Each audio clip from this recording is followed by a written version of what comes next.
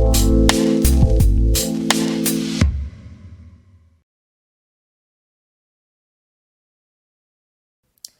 everyone, I'm Rija from Nomysh, and this is our first episode of the Creator Diaries, where we're going to be talking to some really great content creators who are going to be sharing their experiences, and in this episode specifically, the niches that they focus on.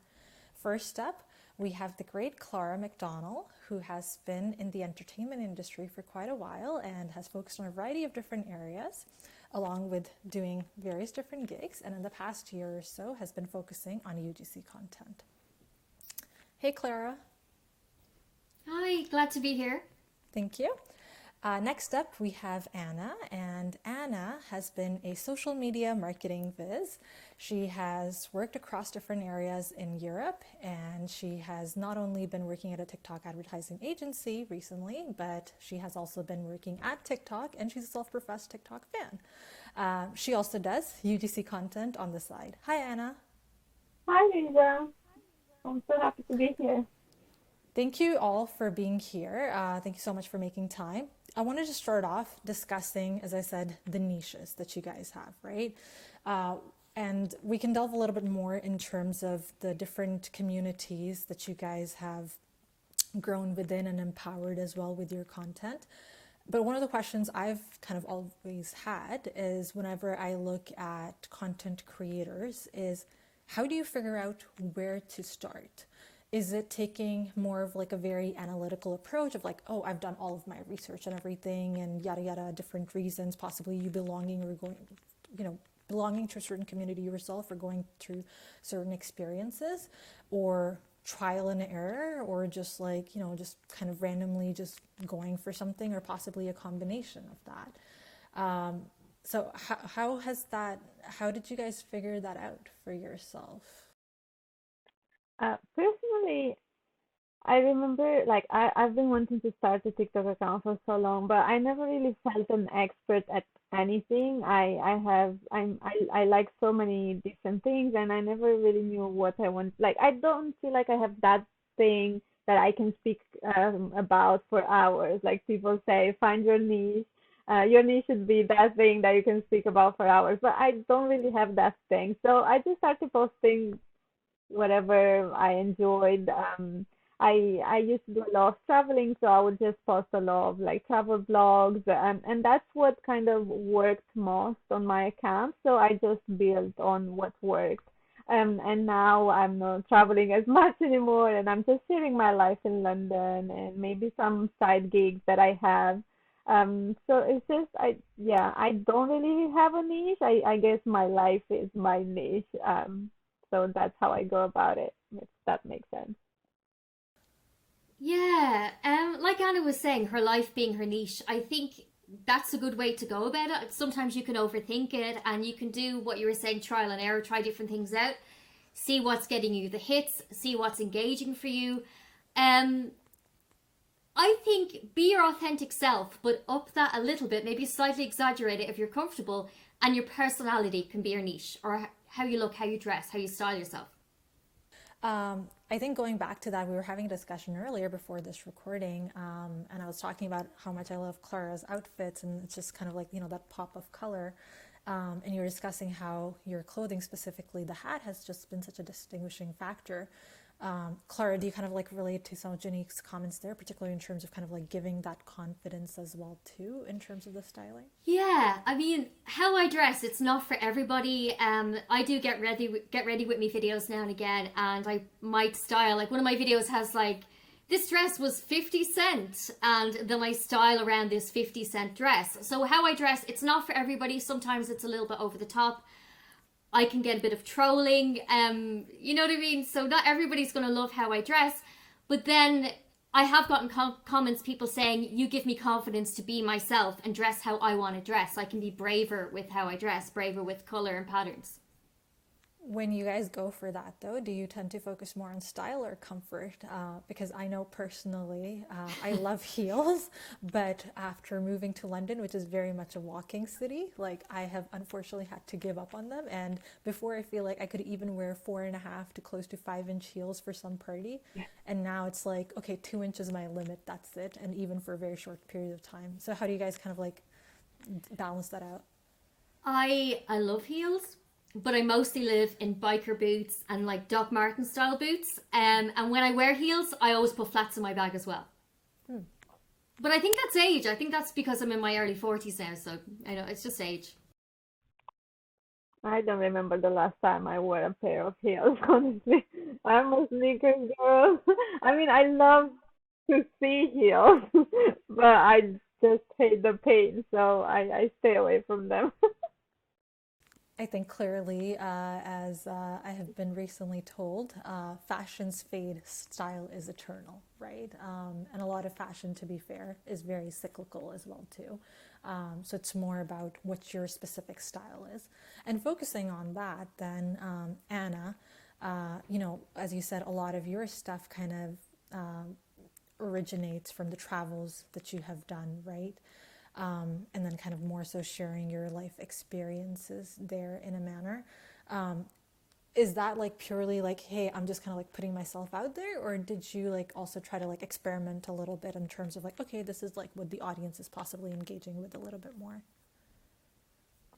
Do you mean for my videos or? For your videos, yes, in terms of the content you're putting out on TikTok.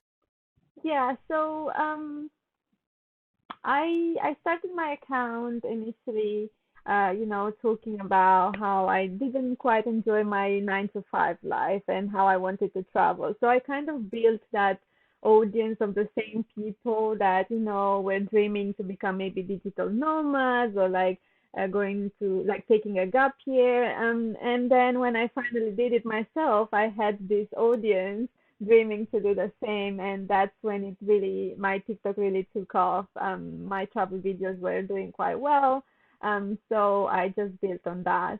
And like talking about niche, if I think about the future, that's for sure something that I would like to like go into, maybe working with more travel brands or working with hospitality, companies, restaurants, hotels, and create content for that kind of brands rather than just like I don't know, makeup or beauty, or which is like UGC is mostly with these type of brands at the moment.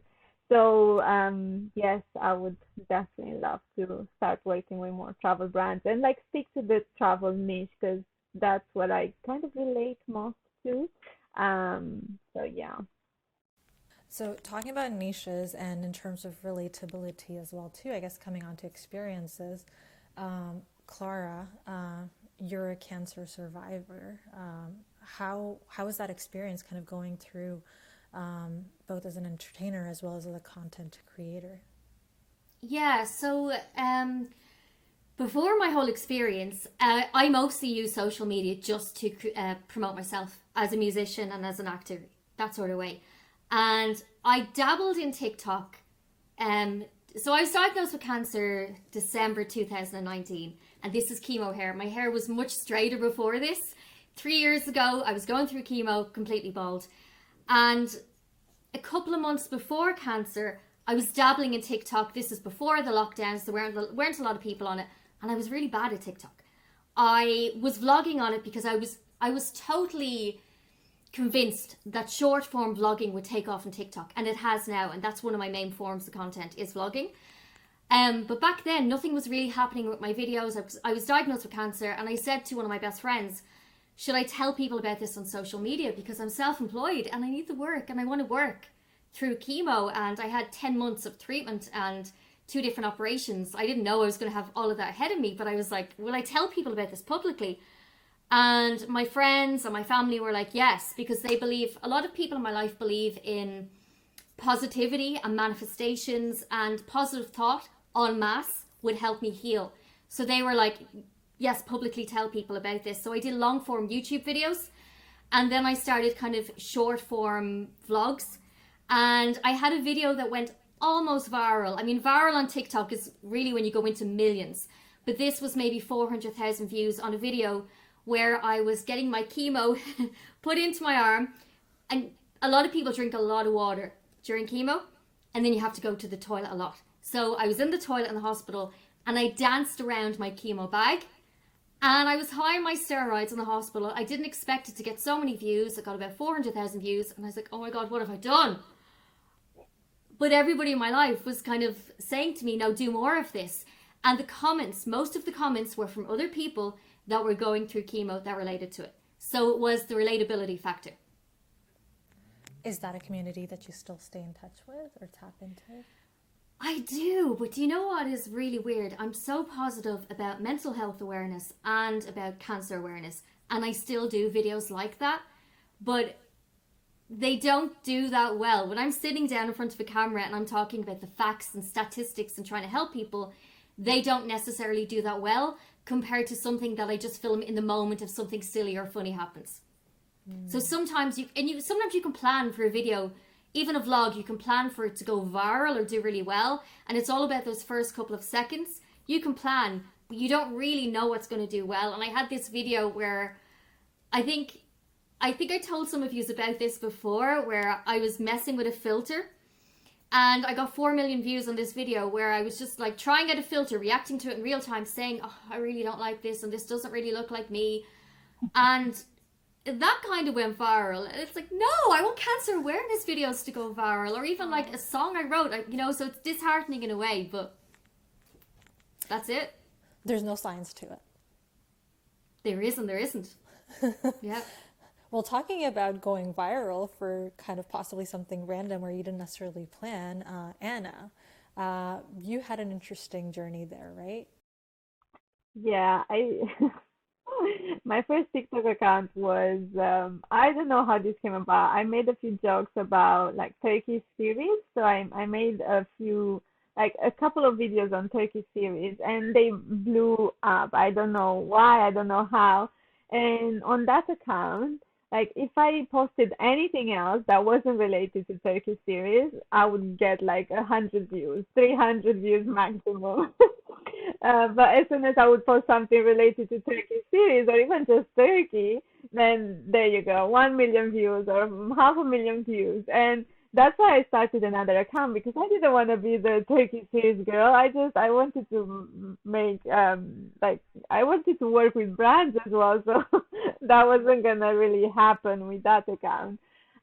So I definitely had a lot of videos going viral for silly things, as Clara said, and you have to be careful what you go viral for as well, because if you go viral for something silly that is not really the type of content that you usually post, then the people, like from those viral moments, a lot of bunch of people will follow you, but they follow you for that silliness rather than your usual content, and they will not relate to you in the future when you post your usual content. So yeah, you need to, like, everybody's chasing virality these days, but you have to be careful what you go viral for.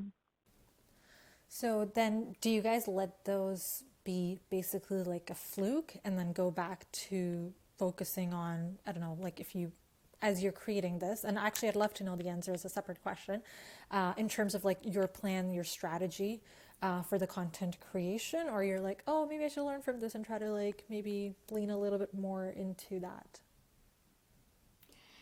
Yeah, so after my filter video, that was in February, I stayed up all night replying to comments because I was thinking, oh yeah, this is going to get me lots of followers. It got me a couple of more followers, a couple of thousand. But then I made a video kind of like explaining my reaction to the filter a bit better. And then I made another video, reintroduction to new people that have followed me, and I had to apologize. And I said, look, this isn't usually what I do, but if you're here and you want to stay, I do vegan food reviews, I do sustainable fashion, and I'm a cancer survivor. I talk about cancer awareness. And what was good is people didn't really react to that video, the new followers. They reacted to an introduction video that I had pinned to the top of the profile, and they started commenting on that. So yes, a lot of those followers from that video, they're not real followers. Like eventually they're going to unfollow me, but maybe I got 1,000 real followers, which means a lot because they're going to be more engaged with me. I mean, I kind of now know what to post about, so I try to, like, I have content pillars and I try to stick to them, so it doesn't really matter what if I use one of these pillars and if I go viral in these pillars, then it's totally fine. But I try not to jump on like silly trends that wouldn't benefit me or just because it's funny. if it doesn't relate to like maybe if it's not a day in the life or a side hustle idea or a travel blog, I just try not to post those trends anymore. I try to be more authentic to my account. And given that you guys have like full-time, part-time, one-off gigs always happening on the side as well too, how do you think about content creation? Like, is it kind of like a full-on plan of how, a brand might do it, of like, okay, this is our social media strategy and that's how we're thinking about it? Or is it more so like, as you guys were discussing, sharing your experiences, sharing like just what you're kind of like, going through, what you relate to, your lifestyle, and talking about that? It's hard because I do actually have social media clients, and for them, I kind of feel like I give more respect to them and I work out like a proper kind of plan for them, especially when I work for arts festivals. I might have a 6 week period where I'm posting for them, but myself, I don't really plan that much. Like a lot of it is vlogs and in the moment. I do content days to a certain extent where I might have a day once a week where I might film 3 videos. But other than that, it's mostly in the moment during the week. Okay. Same. Like I don't really I should, but I tend to prioritize other people's like my 9 to 5 content creation rather than my own TikTok account. And I try to, find little times, maybe because I'm in content creation at work as well. I post daily vlogs. I can use the time at work as well to like vlog about my day or do it like that or otherwise weekend or evenings, but I definitely prioritize other people instead of my own content creation gigs. So not gigs, like I prioritize the gigs but not my TikTok account. So I should be more consistent there for sure. Yeah, and it's kind of weird because I know what you're saying that you prioritize different things. Like with UGC, then it's like, oh, I have a time frame on this. There's a fast turnover. But with my own stuff, if I'm doing something that I'm just passionate about, like if it's just a vlog about something going on in my day, it's different. But when it's UGCs, sometimes it's a bit more fast paced. Interesting. Okay. Definitely. Well, talking about possibly like, just doing whatever feels good as well as specific social media strategy. There's a lot of social media platforms out there, right? And there's constantly the advent of new ones as well too.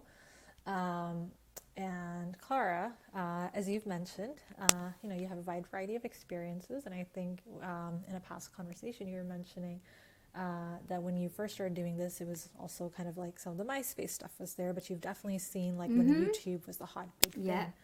Um, so how has that experience been for you? Like kind of like obviously YouTube is still there, but the dynamic has I'm shifted. loving the moment. I'm loving this social media war that like all this short form content, they're all fighting with each other because the reach is so good.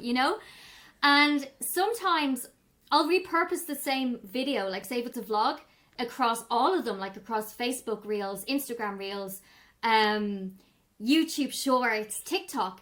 And it'll be the exact same edit, which you shouldn't really do that. But sometimes I'll have the exact same edit. It might be a little bit lazy. It might be like a 20-second video. And I'll think, oh, this is going to do really well on TikTok. And it won't. It will do better on Facebook Reels or YouTube Shorts. And I think that's so exciting. I think it's a great time. Okay. But how is it actually like adapting to so many of these different platforms? Like is like you're How's it used to? changed? Yeah. I think it's probably the attention span of people. And YouTube many years ago was a lot easier to get views. So I'm 41 now. When I was 24, I used to vlog on YouTube. And I was having these videos that were getting 600,000 to 800,000 views. And nobody back then was really vlogging on YouTube. So people in Ireland, they were commenting saying, what the hell? What is she doing? And I was freaked out. And I stopped and I wasn't doing social media as much. And I don't know. I think I prefer short form video because my own attention span is not the best. And then I guess talking about like, the main social media darling, that's TikTok. And Anna, given your experience, both actually being a consumer, a content creator, but also being on the other side, how has that been? It's been great, but also I'm addicted. Like I spend my days, my weekends, my everything on TikTok. It's not healthy, guys. Like I admit this. It's not. But yeah, and you're like, it's okay, I'm gonna watch a movie, and then you're like, am I ready for the commitment? And then you spend 4 hours on TikTok instead. It happens too often. Like I need help. But working at TikTok was amazing. Obviously that's when I started posting as well. I was watching 1,000 videos a day, guys, at TikTok every day as a content moderator. So that's and getting paid. At the beginning, I was like, "Is this?" I remember before getting hired at TikTok, I told my sister once, like, oh, "I wish I could do this as a job." And 1 month after, I got hired as a content moderator, and I was literally doing that as a job. But be careful what you're asking for because it was not easy. So yeah, 1,000 videos a day, and that's when I like started to recognize patterns of what works on the platform, what doesn't. I learned the community guidelines by heart, which also helped me in my own content journey because then you work with the policies again instead of against them. So it was definitely a big help in my own content creation journey for sure. Um, and in terms of like some of the niches that you guys have actually built, when you are a consumer of content yourself, do you actually tend to focus on that same content that you're actually producing, or you're actually looking at some other type of content? Do you mean like niches for other games, or what exactly do you mean? So, as you mentioned, you're posting a lot of your experiences in terms of like just traveling, being a digital nomad, as well as also being like a Yeah. social media marketing manager in the work that you do on the side. So, when you are browsing TikTok, are you actually looking at other content creators who are posting about similar stuff as well? Oh, I see. Oh my God, my FYP at the moment is it's side hustles, like how to make money online, how to, how to travel like Southeast Asia with just a backpack. So it changes. But I do love to see travel content a lot, and yeah, definitely. I kind of like sometimes I feel like the target audience is your niche as well. So yeah, that's the type of content that I like watching as well. And also it's like so interesting to see like daily vlogs and what people are up to. Or there's a we are in London now, and there's a lot of people like posting about how much they make in a month, or how much they spent in a month. And because there's like the living crisis right now, like everybody's so curious, oh my God, let me see how much she spent on rent, so can compare with me. So yeah, I love those type of videos. It's so fun to watch. Ooh, well, I'm going to admit something really bad that I've been enjoying. The blind gossip videos that I've seen a few creators create. Ooh. Like celeb gossip, but legally they Yeah. can't say anything. And I was getting a lot of them, and I was sending them to my friend, and I was like, oh, this is so toxic. Why am I enjoying this? And now I'm going to get more. But on a more wholesome level, I do like get ready with me videos. I like vegan food videos. I'm not a great cook, but I've gotten into cooking, and I like really fast recipes, like air fryer recipes, that sort of thing. So definitely it looks like you can embark outside of your focus area for which you're creating content, but possibly also learning from that content as well too, and being entertained by it. All right, as a final question, given the evolution of so many different platforms, but exactly as you said, there's so many of them out there, which one is your favorite as a consumer, and which one is your favorite as a content creator? I think for me, the answer must be TikTok. um, like I'm a fan.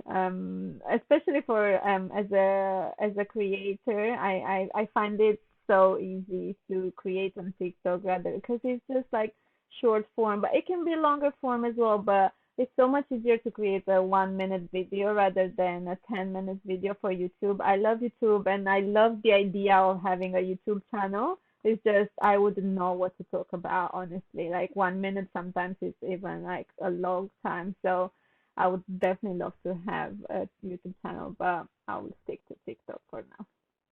I would have said YouTube. And, you know, even when I was going through my cancer journey, I made a lot of kind of long form YouTube videos, which was very hard because I was on very heavy medication. So it was quite high. Like, so to do long form was hard. And then doing YouTube during that journey, I was doing maybe sometimes 7 to 12 minute videos.